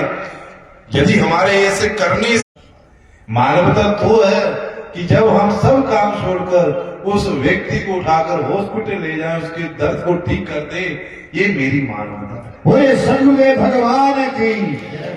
यदि ऐसी मानवता मेरे में नहीं है, मैं ऐसा काम नहीं करता हूं और मोबाइल निकाल कर वीडियो देखने लग जाता हूं, उसकी वीडियो बनाने लग जाता हूं, तो मेरे जैसा कायर कोई नहीं है, मेरे जैसा हीन कोई नहीं, मेरे जैसा दीन कोई नहीं है, मेरे जैसा बुरा व्यक्ति कोई नहीं है। मैंने आपको ये बात कही कि ये भावनाएं तो पशु पक्षियों में भी होती है, हम इंसान होकर ऐसी भावना नहीं बना सकते, ऐसा नहीं बन सकते। हम बन सकते हैं, परंतु उस बनने के लिए सदगुरुदेव का आशीर्वाद, उनकी कृपा होना अति आवश्यक है। यदि हम उनकी कृपा प्राप्त कर लें, उनके चलाए हुए मार्ग पर चल पड़े, उनके बताए हुए सूत्रों के आधार अपने जीवन को चला दें, तो हम भी वैसा बन सकते हैं। हमारे पूज्य श्री महाराज जी का पूरा जीवन परोपकार के लिए रहा है। 18 20 घंटे उन्होंने तप किया है, साधना की है, और सब साधना कर करके अपने पास कुछ भी नहीं उन्होंने रखा है। उनके आपके जैसे प्रिय भक्त उनके पास आते हैं, किसी को कोई दर्द है उसकी विभूति बना दो, किसी का बेटा नौकरी नहीं लगा उसकी विभूति बना दो, किसी की शादी नहीं होती उसकी विभूति बना दो, किसी का कुछ नहीं हो रहा उसकी विभूति बना दो। यहां तक तो कई माता ऐसी भी होती भैंस दूध नहीं देती उसकी विभूति बना दो। बोलिए सदगुरु महाराज। ऐसी ऐसी विभूतियां हम उनसे बनाते हैं, तो महाराज जी विभूति बना वो तब भी हमें दे रहे हैं। ये उनका इतना बड़ा परोपकार है कि हम जो भी मांगते हैं वो हमें देते हैं, और अपनी सारी साधना सारी तपस्या उन्होंने हमारे ऊपर निशावर कर दी है। तो ऐसा परोपकारी जीवन, ऐसा परोपकारी जीवन आज तक मैंने तो किसी का देखा नहीं है। किसी का ऐसा जीवन हो जिसने अपना सारा जीवन, सारे जीवन की साधना, सारे जीवन की तपस्या हम भक्तों के लिए लगा दी। बोले सदगुरुदेव भगवान की। हम उनके भक्त हैं, ऐसे सदगुरुदेव के भक्त हैं जिन्होंने अपने परोपकार जीवन से उस देवताओं को ही माफ कर दी है। ऐसे सदगुरुदेव के भक्त हैं तो हमें भी वैसा बनकर दिखाना है। अभी आपके नंगल मंडल के मुझे पूज्य श्री गुरु महाराज जी को निमंत्रण देकर आए हैं। पीछे 4 दिन पहले ये निमंत्रण देने वहां गए हुए थे। तब मैंने इनसे बात कही थी कि आपका ये 2 दिवसीय आयोजन होने जा रहा है। 21 और 22 दिसंबर ये 2 दिवसीय आपका आयोजन है। आप बड़ी मेहनत, बड़ा परिश्रम कर रहे हैं, दिन रात एक कर रहे हैं। 2-4 महीनों से आप लगे हुए हैं, डटे हुए हैं परिश्रम करने में। आपका तन मन धन लगा हुआ है और आप सब जितने भी गांववासी यहां आए हुए हैं, सब में एक लहर है कि उन्ना नंगल मंडल में आयोजन हो रहा है, पूज्य श्री महाराज का आशीर्वाद प्राप्त हो रहा है। तो सब में एक लहर आ रही है कि उस आयोजन में जाएंगे, देखेंगे इस आयोजन को। पर मैंने इनसे ये बात पूछी कि इस 2 दिवसीय आयोजन के बाद 23 दिसंबर के बाद क्या होगा? 23 दिसंबर के बाद क्या होगा? तो इनके पास कोई जवाब नहीं था। कोई जवाब नहीं कि 23 दिसंबर के बाद क्या होगा। फिर मैंने इनको एक बात कही कि ये आयोजन 2 दिवसीय आयोजन हो जाएगा, परंतु इसके बाद 23 दिसंबर के बाद आपका सारा नंगल शहर और जितने भी आपके गांव पासी आए हुए हैं, ये ऐसा लगना चाहिए कि यहाँ वृंदावन आ चुका है, मथुरा आ चुका है। बोलिए वृंदावन धाम की। और श्री कृष्ण कन्हैया लाल की। और आप सब जितने भी यहाँ भक्त आए हुए हैं, ये सारे मानव न रहकर केवल उस भगवान श्री कृष्ण की गोपियां बनकर रह जाए। बोले कृष्ण कन्हैया लाल की। यदि ऐसा हो जाता है, आपका ये सारा शहर वृंदावन बन जाता है और आप उस वृंदावन की गोपियां बन जाती हैं, तो आपके ये आयोजन सफल हो जाएगा। बोलिए गोपियों की। पर ये तब होगा जब हम अपने में परोपकार का भाव लाएंगे। परोपकाराय फलन्ति वृक्षाः, परोपकाराय ध्वन्ति गावः, परोपकाराय वहन्ति नद्याः, परोपकारार्थम इदं शरीरम। कहते परोपकार के लिए प्रकृति है, परोपकार के लिए वृक्ष हमें फल देते हैं। वृक्षों पर फल लगते हैं, वो वृक्ष स्वयं नहीं खाते हैं, वो फल हमें देते हैं। और परोपकार के लिए नदियां बहती हैं। नदियों का जल अपने लिए नहीं होता है, नदियों का जल हमारी फसलों के लिए होता है। और परोपकाराय दुहंति गावा, गौ माता परोपकार के लिए दूध देती है। गौ माता दूध देती है, स्वयं नहीं पी लेती है, वो दूध हमारे ही भरण पोषण के लिए होता है। और परोपकारार्थम इदम शरीरम, ये परोपकार भी, ये शरीर भी परोपकार के लिए है। यदि वृक्ष परोपकार कर सकते हैं, यदि नदियां परोपकार कर सकती हैं, यदि गौमाता परोपकार कर सकती है, तो क्या हम परोपकार नहीं कर सकते? हम मानव होकर परोपकार नहीं कर सकते? कर सकते हैं हम भी परोपकार। वो भावना हमें जगानी है, परोपकार की भावना मन में आनी चाहिए। श्री रामायण जी का एक प्रसंग है कि जब बलशाली रावण मां भगवती सीता का हरण करके जा रहा होता है। आप सब इस प्रसंग से वाकिफ हैं, जानते हैं सब प्रसंग को, कि जब बलशाली रावण भगवती सीता का हरण करके जा रहा था, तो रास्ते में मां भगवती सीता चिल्ला रही थी, चीखें मार रही थी। तो रास्ते में भक्तराज जटायु बैठे हुए थे। उन्होंने मां भगवती सीता का चिल्लाना, उनका रोना सुना, और जब सुना तो उन्होंने देखा कि ये बलशाली तामसी रावण मां भगवती का हरण करके जा रहा है।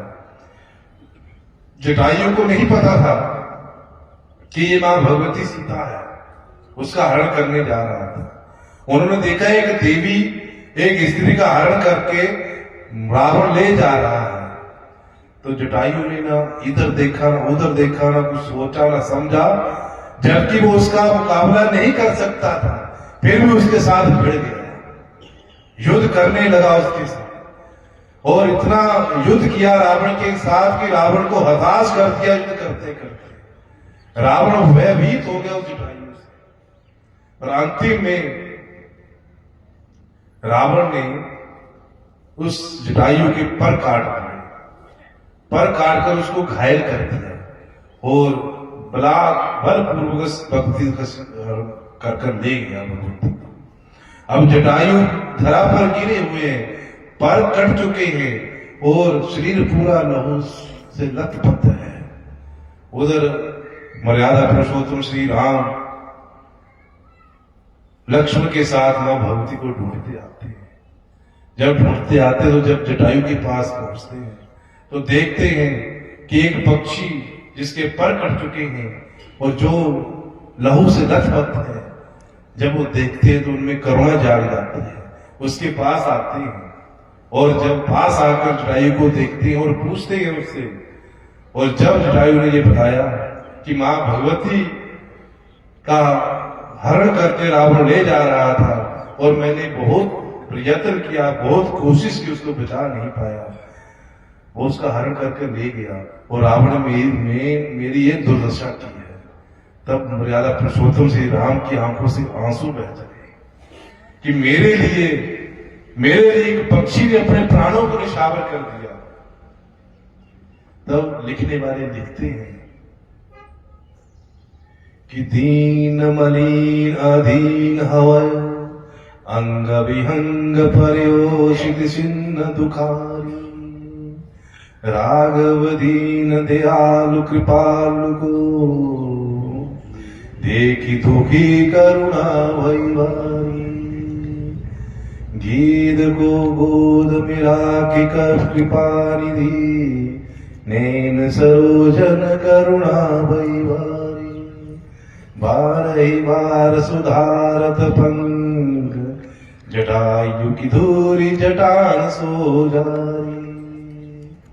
कहते दीन मलिन अधीन, वो दीन मलिन अधीन हुए, अंग और विहंग उसके टूटे हुए छिन्न भिन्न देखकर राघव दीन दयालु कृपालु देखी दुखी करुणा में मारे, उसके दुख को देखकर करुणा से वो भर गए। जब करुणा से भर गए तो जटायु को अपनी गोद में रखा उन्होंने, गोद में रखकर नैन सरोजन करुणा भी भरे, अपने नैनों के अश्रुओं से उसको धो रहे हैं। अपनी गोद में रखकर जटायु को अपने नैनों के अश्रु से धो रहे हैं, और 12 बार सुधारत पंख उनके पंखों को सुधार रहे हैं, और जटायु की धूरी को, जो जटायु के ऊपर धूल आ चुकी है, उस धूल को अपनी जटाओं से साफ कर रहे हैं। कितना बड़ा जटायु का परोपकार हुआ जिसको उस परमपिता परमात्मा की गोद मिली है। बोलो श्याम रामचंद्र भगवान की, बोलो भक्तर भगवान की। गोद कब मिली? जब उस जटायु ने, उस पक्षी राज ने परोपकार किया, सीता की रक्षा की, उसके कष्ट को दूर किया। और हम जब एक्सीडेंट हो जाता है, प्राणी को छोड़कर चले जाते हैं, तो ऐसा हो सकता है कि हमें परमात्मा की गोद मिले? गोद तो तब मिलेगी जब हम उस प्राणी में परमात्मा को देखकर उसको उठाकर हॉस्पिटल ले जाएंगे, उसका उपचार कराएंगे, तब परमात्मा प्रसन्न होंगे कि मेरे भक्त की इसने रक्षा की है, तब वो अपनी गोद में हमें लेंगे।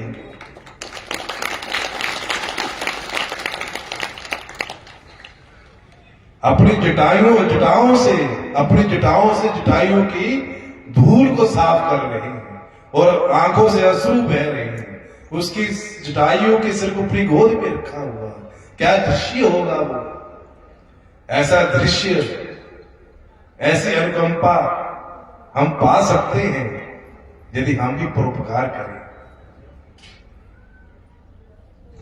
फिर मर्यादा पुरुषोत्तम श्री राम ने कहा कि हे पक्षीराज जटायु, यदि आप चाहते हो जीवित रहना तो मैं आपको जीवित कर देता हूं, आपके सारे दुख को, कष्ट को दूर कर देता हूं, जो आपकी पीड़ा हो रही है उस पीड़ा को भी दूर कर देता हूं, और आप, मेरा आशीर्वाद है कि जब तक जीना चाहो तब तक आप जीवित रहो।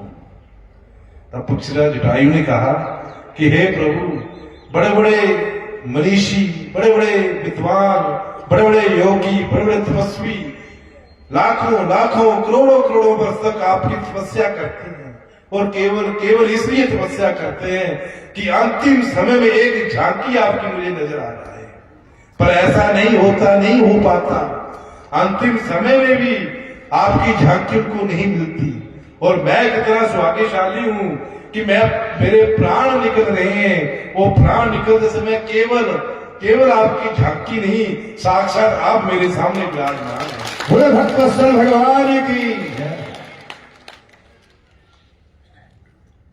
गीत देहत जी हरि रूपा,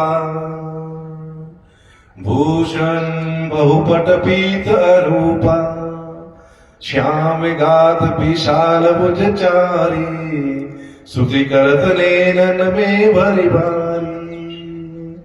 कहते ऐसा मर्यादा पुरुषोत्तम श्री राम का दर्शन करते करते, साक्षात उसका दर्शन करते करते उस जटायु ने अपने गीत रूपी देह को त्याग कर धरि हरि रूपा, हरि रूप कर दिया। साक्षात हरि बन गए वो, हरि रूप बनकर भूषण आभूषण से सुसज्जित हो गए, पटपीठ रूप, अनेक प्रकार के वस्त्र डालकर साक्षात चतुर्भुज रूप धारण कर श्याम घात, श्याम जैसा मुख उनका बन गया, भुज चारे चार भुजाएं बनकर, और स्तुति करत उस मर्यादा पुरुष की स्तुति कर उस जटायु ने अपने देह को त्यागा है।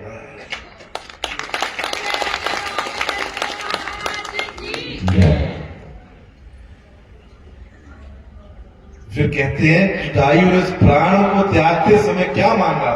मर्यादा पुरुषोत्तम से क्या मांगा? अविर भक्ति मांगयोगी, अविर भक्ति मांगयोगी, श्रीर बणि हरि राधा, ते क्रिया यथा विधि, निज कर राम। कहते अविरल भक्ति का वर मांगा उस जटायु ने कि हे प्रभु, मुझे अपनी अविरल भक्ति देना, अगाध भक्ति देना। ऐसा वर मांगकर उन्होंने प्राणों को त्यागा। जब प्राणों को त्यागा तब उस परमपिता परमात्मा ने यथाविधि अपने हाथों से उस जटायु की अंतिम क्रिया की। वो अंतिम क्रिया मरने के बाद जो एक पिता की पुत्र करता है, वो क्रिया सारी मर्यादा पुरुषोत्तम श्री राम ने जटायु की है। वो सौभाग्य राजा दशरथ को भी प्राप्त नहीं हुआ। राजा दशरथ की भी अंतिम क्रिया मर्यादा पुरुषोत्तम श्री राम नहीं कर पाए, परंतु वो सौभाग्य, परम सौभाग्य जटायु को प्राप्त हुआ है। क्यों प्राप्त हुआ? क्योंकि जटायु ने मां भगवती सीता के कष्ट को हरने का, बवाद की कष्ट को दूर करने का उन्होंने प्रयास किया, परोपकार किया। इसलिए जो सौभाग्य दशरथ को नहीं प्राप्त हुआ, वही सौभाग्य जटायु को प्राप्त हुआ है। इसके पीछे एक और भी रहस्य है कि राजा दशरथ को यह सौभाग्य प्राप्त क्यों नहीं हुआ, जटायु को ही क्यों प्राप्त हुआ यह सौभाग्य। राजा दशरथ को मर्यादा पुरुषोत्तम श्री राम के द्वारा अंतिम क्रिया करने का सौभाग्य नहीं प्राप्त हुआ। कहते हैं कि जब प्राणी चला जाता है तो उसकी जो अंतिम क्रिया होती है वो बड़े बेटे का कर्तव्य होता है। बड़े बेटे का यह सौभाग्य होता है कि वो अपने पिता की अंतिम क्रिया करे, पर यह सौभाग्य राजा दशरथ को प्राप्त नहीं हुआ। क्यों नहीं हुआ? इसके लिए पहले तो आप ये बात समझ लें कि राजा दशरथ मर्यादा पुरुषोत्तम श्री राम राजा दशरथ के बेटे है ना, राजा दशरथ के बेटे कौन कौन ये जानता है कि मर्यादा पुरुषोत्तम राम दशरथ के बेटे हैं? सब जानते हैं इस बात को, पर यहां तक मेरा अनुभव है, जब मैंने पुस्तकों में पढ़ा हुआ है, ये कहते कि मर्यादा पुरुषोत्तम राम दशरथ के बेटे नहीं थे। कैसे नहीं थे? राजा दशरथ के तीन विवाह हुए हैं। कितने विवाह हुए? क्यों हुए 3 विवाह? क्यों हुए 3 विवाह उनके? क्योंकि पहला विवाह हुआ तो कहते संतान नहीं थी, दूसरा विवाह हुआ संतान नहीं हुई, तीसरा विवाह हुआ संतान नहीं हुई। कहते कि राजा दशरथ संतानहीन थे। संतानहीन थे ना वो, पर ये बात भी झूठी है। राजा दशरथ संतानहीन नहीं थे, वो पुत्रहीन थे। संतानहीना होना तो वो कि क्योंकि संतान ही नहीं थी, पर राजा दशरथ के एक संतान थी। राजा दशरथ के एक पुत्री थी राजा दशरथ के, जिसका नाम शांता था। उसके एक पुत्री थी, इसलिए राजा दशरथ संतानहीन नहीं थे, वो पुत्रहीन थे, उनके कोई पुत्र नहीं था। इस बात को लेकर उन्होंने वशिष्ठ गुरु जी से आज्ञा मांगी और पुत्रेष्ठ यज्ञ किया। पुत्रेष्ठ यज्ञ करने के बाद साक्षात अग्नि देवता प्रकट हुए और अपने हाथ में खीर लेकर आए। वो खीर तीनों रानियों ने आपस में बांटा, तीनों ने उसको ग्रहण किया और वो खीर खाने से कौशल्या के गर्भ से मर्यादा पुरुषोत्तम जी का, श्री राम का जन्म हुआ। अब मर्यादा पुरुषोत्तम की माता तो कौशल्या के उनके घर में आए, परंतु वो हुए तो उस यज्ञ की खीर से है ना प्रकट। राजा दशरथ के तो नहीं ना हुए, खीर से प्रकट हुए हैं वो। एक तो बात है कि वो खीर से प्रकट हुए हैं राजा दशरथ की संतान। वो तो अलग बात है कि राजा दशरथ कौशल्या के पतिदेव है, उनका दर्जा उनको पिता का मिला है, पर पिता का दर्जा मिलने के बाद भी वो उनकी अंतिम क्रिया नहीं कर सके। क्यों नहीं कर सके? क्योंकि कहते हैं कि एक बार देवताओं और असुरों का युद्ध हो रहा था, और उस युद्ध में जब भी देवताओं और असुरों का युद्ध होता था तो राजा दशरथ देवताओं की तरफ से युद्ध लड़ने जाते थे। वो एक बार देवताओं की तरफ युद्ध लड़ने के, युद्ध लड़ते लड़ते इनके रथ का एक पहिया टूट गया और ये ऐसे गंभीर स्थिति से रथ से गिरे, आकाश से गिरते गिरते पृथ्वी पर आ गए। और जब पृथ्वी पर गिरे तो वहां गिरे जहां जटायु जी रहते थे, पक्षी राज जटायु जहां रहते थे वहां गिरे। और जब वहां गिरे तो जटायु ने देखा कि राजा दशरथ आकाश से युद्ध करते करते गिरे, तो उन्होंने उनको उठाया, उनकी पीड़ा को, उनके दुख को दूर किया। जो भी जटायु से हो सका वो उसने राजा दशरथ के लिए किया। राजा दशरथ का पुनर्जीवन हुआ। जब पुनर्जीवन हुआ तो राजा दशरथ ने जटायु से भी बात कही कि हे पक्षराज जटायु, तुमने मेरी पीड़ा को दूर किया है, मेरे दुख को दूर किया है, तुम आज मुझसे कुछ वर मांगो, क्या चाहते हो? तो पक्षीराज जटायु ने कहा कि मुझे कुछ नहीं चाहिए, आप ठीक हो गए, आपकी पीड़ा ठीक होगी, बस मेरे लिए हो। पर जब राजा दशरथ नहीं माने, उन्होंने कहा कि मैं तुझे कुछ देना चाहता हूं। तब पक्षीराज जटायु ने कहा कि यदि आप मुझे कुछ देना चाहते हैं तो जब मैं मांगूंगा तब देना, अभी मेरे पास मांगने के लिए कुछ भी नहीं है कि कुछ मांगू, पर जब मेरी इच्छा होगी तब मैं आपसे अपने आप मांगूंगा। राजा दशरथ अपने राज्य में आ गए, कई साल उनका राज्य चलता रहा। फिर ये आई बात पुत्रेष्ठ यज्ञ की। पुत्रेष्ठ यज्ञ हुआ, उससे मर्यादा पुरुषोत्तम श्री राम हुए, लक्ष्मण हुए, शत्रुघ्न हुए, भरत हुए। अब जब इस बात का पक्षीराज जटायु को पता लगा, उस समय पे जटायु राजा दशरथ के पास आए और आकर उन्होंने उनको याद दिलाया कि आपने मुझे कुछ वर देने के लिए कहा हुआ है। आज मुझे वो वर मैं मांगने आया हूँ। तो राजा दशरथ को वो बात याद आ गई कि उन्होंने मेरी पीड़ा को, मेरे दुख को दूर किया था। तो राजा दशरथ ने कहा, पक्षीराज जटायु, आप मांगो, क्या मांगना चाहते हो? जो कुछ भी आप मांगोगे मैं आपको दूंगा। तो उस समय पक्षीराज जटायु ने कहा कि हे राजा दशरथ, आपके आज इस घर में 4 पुत्र पैदा हुए हैं, और यदि आप मुझे कुछ देना चाहते हो तो आप मुझे अपना सबसे बड़ा पुत्र मर्यादा पुरुष राम को मुझे दे दो। बोले सच्चिदानंद भगवान की। क्या मांगा जटायु ने? मर्यादा पुरुष श्री राम को मांग लिया। और राजा दशरथ ने भी बड़े हर्ष के साथ मर्यादा पुरुषोत्तम श्री राम को उनके हवाले कर दिया, दे दिया जटायु, पक्षीराज जटायु को। उसी समय वहां नारद आए और नारद ने आके कहा पक्षीराज जटायु को कि आपने अपना वर तो मांग लिया, राजा दशरथ ने भी आपको दे दिया, पर आप जंगल में जाकर इसका लालन पालन कैसे करोगे? इसको कैसे बड़ा करोगे? तो इसलिए आप जब तक ये बड़े नहीं हो जाते तब तक इन्हीं के पास एक धरोहर के रूप में रख दो, और जब आपको इसकी जरूरत पड़ेगी तब आपने दे देना। तो वर तो मांग लिया, दे दिया उन्होंने, पर उसका लालन पोषण करने के लिए जटायु पक्षीराज ने वहीं उनको छोड़ दिया और छोड़कर वो अपनी चले गए। समय बीतता गया। अब जब जटायु पक्षीराज मरणासन हुए, उनकी मृत्यु समीप हुई, तब मर्यादा पुरुषोत्तम श्री राम ने उनकी अंतिम क्रिया की। और राजा दशरथ को सौभाग्य इसलिए नहीं मिला क्योंकि मर्यादा पुरुषोत्तम श्री राम थे तो सबसे बड़े, पर उनको दान कर चुके थे। दान की ही वस्तु को द्वारा अपने काम के लिए प्रयोग में नहीं लाया। बोले सत्य सनातन धर्म की। दूसरा नंबर भरत का था, इसलिए भरत को ये सौभाग्य मिला राजा दशरथ की अंतिम क्रिया करने का।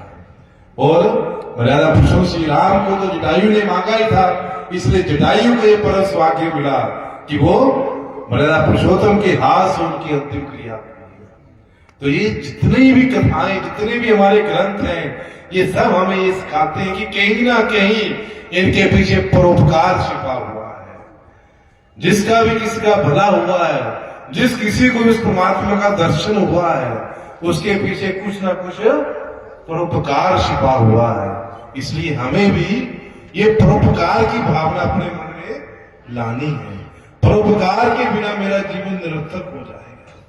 मैं यदि और संसार के काम करूंगा और धर्म के जितने भी काम कर लूं, भजन सत्संग कीर्तन कर लूं, मैं माला फेर रहा हूं, माला फेरने में बैठा हुआ हूं, और मेरे सामने मैं माला फेर रहा हूं, मेरे सामने कोई भूखा मर रहा है, कोई प्यासा मर रहा है, मैं माला फेरते फेरते आंखें बंद कर लेता हूं और देख रहा हूं भूख से प्यास से तड़प रहा है, किसी को चोट लग रही है, और मैं आंखें बंद करके माला फेर के बैठा रहूं, तो वो मेरी माला पीना निरर्थक हो जाएगा, मेरी माला पीना व्यर्थ हो जाएगा। माला को छोड़कर यदि मैं उसको बचा लेता हूं, उसकी रक्षा कर लेता हूं, तो साक्षात परमात्मा का दर्शन मुझे हो जाएगा। बोले सदगुरुदेव भगवान की। नामदेव की कथा आपने सुनी है।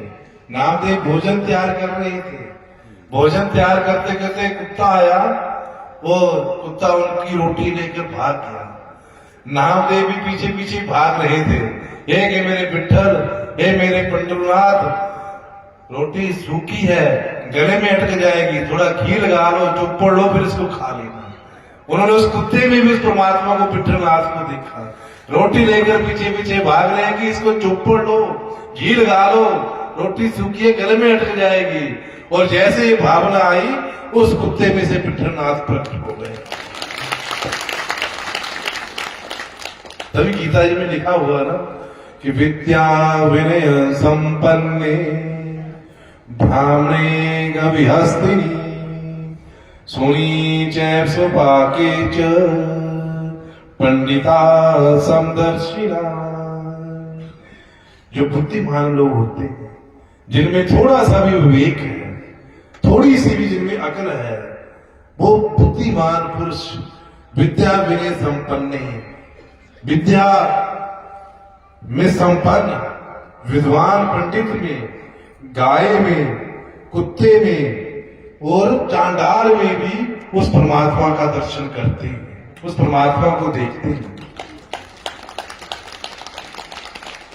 सब में परमात्मा को देखना, सब में परमात्मा का दर्शन करना, यही मेरा परोपकार है। इसी के द्वारा मैं परोपकार कर सकता हूं। परोपकार कई प्रकार का है। किसी प्यासे को जल पिला दो, भूखे को भोजन करा दो, किसी की सेवा कर सकते सेवा कर दो, किसी के बीमारी के लिए उसके पास पैसे नहीं उसको पैसे दे दो। परोपकार जो है वो जैसा भी वो होना चाहिए, मेरे हाथ से परोपकार होना चाहिए, दूसरे की भलाई होनी चाहिए। और ये परोपकार के पीछे मेरी कोई इच्छा, मेरी कामना भी नहीं होनी चाहिए। परोपकार करना है पर किसी इच्छा, कामना, आसक्ति लेकर नहीं करना है। आसक्ति को त्याग कर, ऐसा नहीं है कि किसी को कोई दर्द हो रहा है, मैं उसके लिए, उसकी औषधि के लिए उसको कुछ पैसे दे देता हूं और मेरे मन में ये भाव आए कि मैंने आज इसका परोपकार किया है और कल ये भी मेरा परोपकार करे। ये भावना मन में नहीं आनी चाहिए। बिना आसक्ति के, बिना किसी बात के, बिना किसी कामना के, मैंने किसी को दे दिया तो दे दिया, उसके पीछे फिर मेरी कोई आसक्ति, मेरी कोई कामना ना हो। बोले सन्नुदेव भगवान की। ये परोपकाराय सताम विभूतय, जो सत्पुरुष होते हैं, जो परमात्मा के भक्त होते हैं, जो संत लोग होते हैं, जो साधु जन होते हैं, उनका जीवन केवल और केवल परोपकार के लिए ही होता है। परोपकार के बिना उनका जीवन नहीं होता है। तो आज हमने इस परोपकार के ऊपर थोड़ी सी चर्चा की।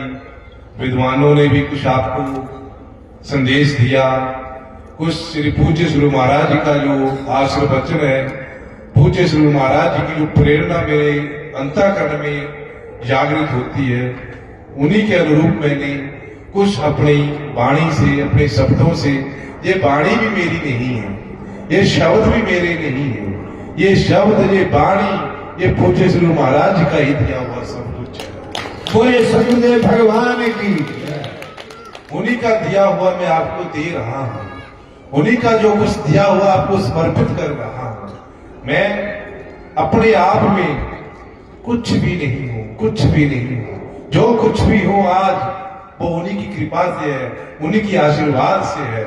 तो उन्हीं की आशीर्वाद से, उन्हीं की कृपा से मैं आपको जो दे रहा हूं, आपने उसको अपने जीवन में उतार कर, अपने जीवन में लाकर परोपकार की भावना अपने अंदर में जगानी है।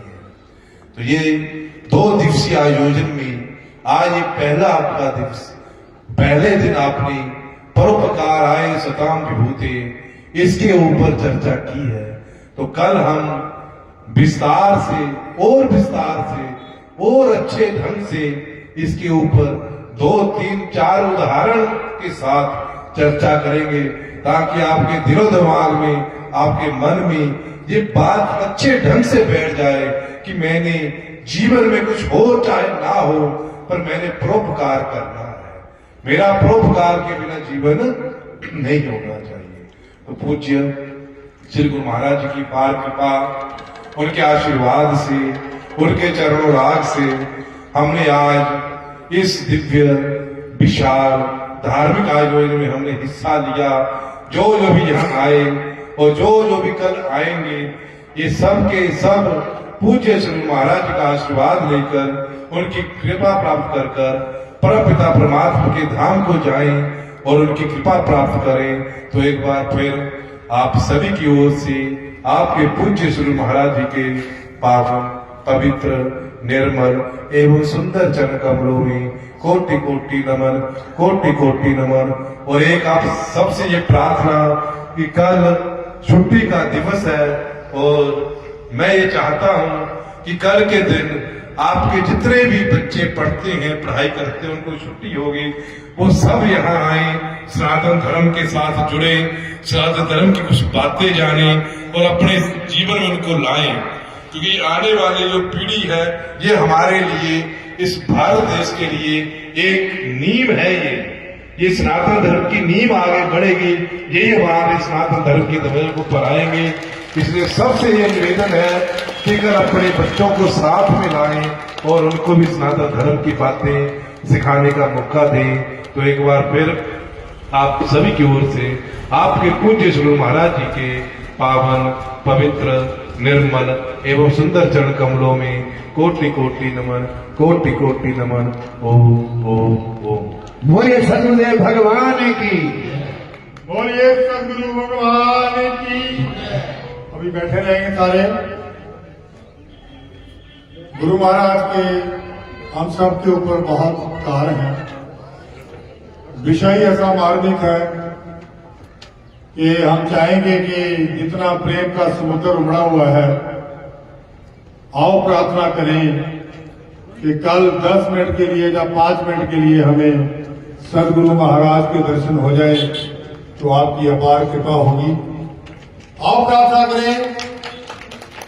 मेरा सबसे अनुरोध है कि अपने मन ही मन में प्रार्थना करो कि कल को चमत्कार हो जाए, क्योंकि हमारे गुरु महाराज अपनी लीला चमत्कार करते रहते हैं। उम्मीद को बनाए रखें और जोरदार तालियों से